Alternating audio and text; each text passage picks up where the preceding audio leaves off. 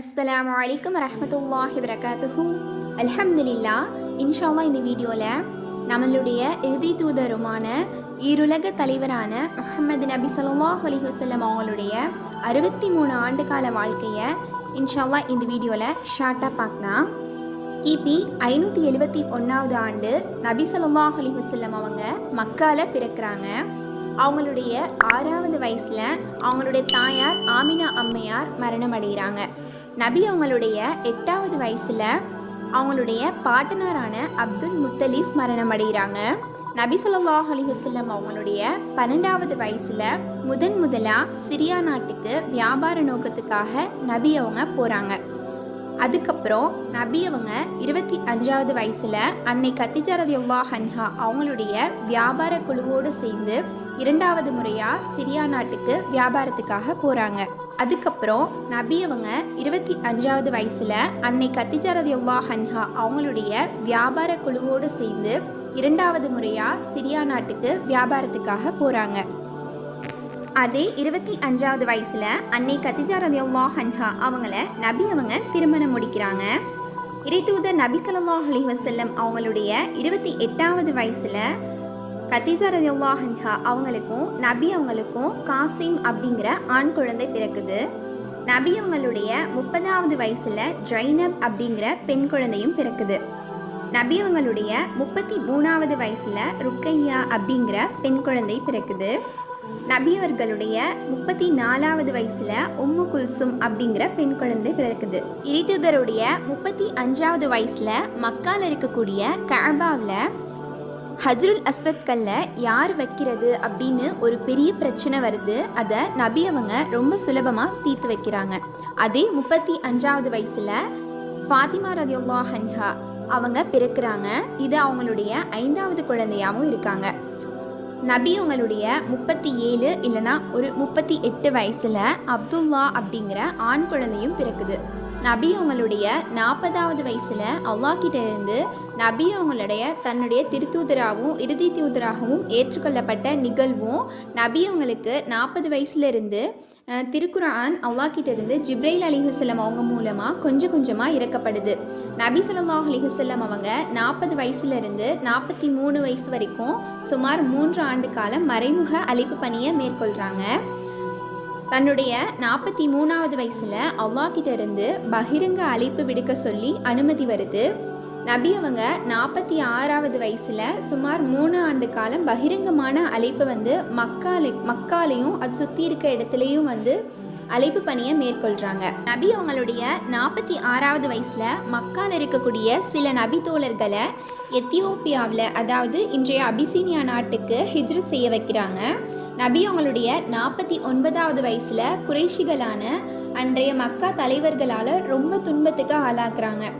நபி அவங்களுடைய அதே 49வது வயசில் அவங்களுடைய அன்பு மனைவியான கத்திஜா ரலியல்லாஹு அன்ஹா அவங்களுடைய மரணம் ஏற்படுது. அதே ஆண்டில் அவங்கள வளர்த்தெடுத்த பெரிய தந்தை அபு தாலிப் அவங்களுடைய மரணமும் ஏற்படுது. இது எல்லாமே நபி அவங்களுடைய நபித்துவத்தோட 10வது ஆண்டில் நடைபெறுது. இந்த ஆண்டு துயர ஆண்டு அப்படின்னு சொல்லப்படுது. நபி அவங்களுடைய 49வது வயசில் அன்னை சௌதா ரலியல்லாஹு அன்ஹா அவங்கள மணம் முடிக்கிறாங்க. அதே வயசில் ஐஷா ரலியல்லாஹு அன்ஹா அவங்களையும் மணம் முடிக்கிறாங்க. நபி அவங்களுடைய 49வது வயதில் தாயிஃப் அப்படிங்கிற நகரத்தில் மக்காவுக்கு பக்கத்தில் இருக்கக்கூடிய அந்த ஊருக்கு போய் அழைப்பு பணியை மேற்கொள்கிறாங்க. நபி அவங்களுடைய 50வது வயசில் மிஹ்ராஜ் பயணத்துக்கு நபியை அல்லாஹ் தஆலா அழைச்சிட்டு போகிறான். நபி அவங்களுடைய 50வது வயசில் சில நபி தோழர்கள் மக்காவிலிருந்து 500 கிலோமீட்டர் தொலைவில் இருக்கக்கூடிய மதினாவுக்கு 2வது ஹிஜ்ரத்தை மேற்கொள்கிறாங்க. நபி அவங்களுடைய 52வது வயசில் முதல் அக்கபா உடன்படிக்கை நடைபெறுது. அதே ஆண்டு 2வது அக்கபா உடன்படிக்கையும் நடைபெறுது. நபி அவங்களுடைய அதே 52வது ஆண்டிலேயே அல்லாஹுடைய தூதர் நபி ஸல்லல்லாஹு அலைஹி வஸல்லம் அவங்கள குறைஷி மக்கள் கொலை செய்ய முடிவு செய்கிறாங்க.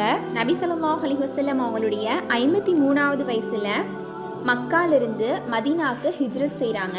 நபி அவங்களும் அவங்களுடைய உற்ற நண்பரான அபூபக்கர் சித்திக் ரலியல்லாஹு அன்ஹு அவங்களும் மக்காலிருந்து மதீனாவுக்கு ஹிஜ்ரத் செய்கிறாங்க.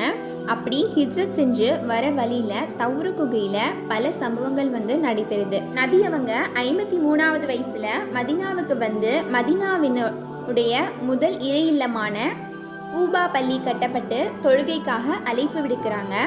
மக்காவாசிகளுக்கும் மதினாவாசிகளுக்கும் ஒரு ஒப்பந்தம் அங்கே நடைபெறுது. நபி அவங்களுடைய 54வது வயசில் பத்ரு யுத்தம் நடைபெறுது.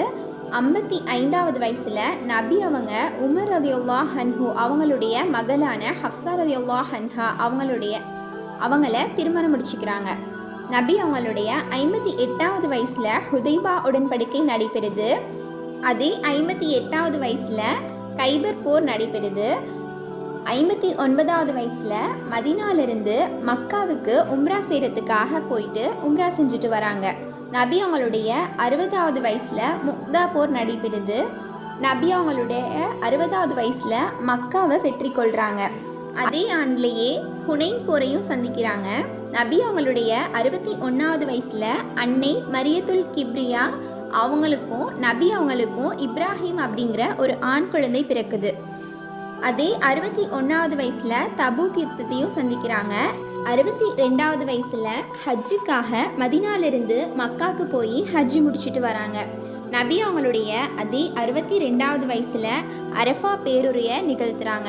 இதுதான் நம்மளுடைய இறுதி தூதருடைய மிக நீளமான, எல்லோரும் முக்கியம் கேட்க வேண்டிய ஒரு முக்கிய பேருரையாக சொல்லப்படுது.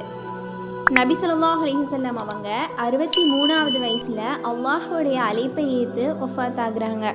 நபி அவங்களுடைய மரண தருவாயில் அவங்க என்ன துவா செஞ்சாங்க அப்படின்னா, யா அல்லாஹ், இறை தூதர்கள், வாய்மையாளர்கள், இறை போர் தியாகிகள், நல்லோர்கள் ஆகிய நீ அருள் செய்தோருடன் அல்லாஹ்வே என்னை மன்னிப்பாயாக, என் மீது கருணை காட்டுவாயாக, உயர்ந்த நண்பனுடன் என்னை சேர்த்து வைப்பாயாக, அல்லாஹ்வே உயர்ந்த நண்பனை அப்படின்னு சொல்லி இந்த கடைசி வார்த்தையை மட்டும் 3 முறை கூறியிருக்காங்க. நபி ஸல்லல்லாஹு அலைஹி வஸல்லம் அவங்க வஃபாத் ஆகும்போது அவங்களுடைய வயது 63 வயது 4 நாட்கள் ஆகியிருக்கு அப்படின்னு சொல்லப்படுது.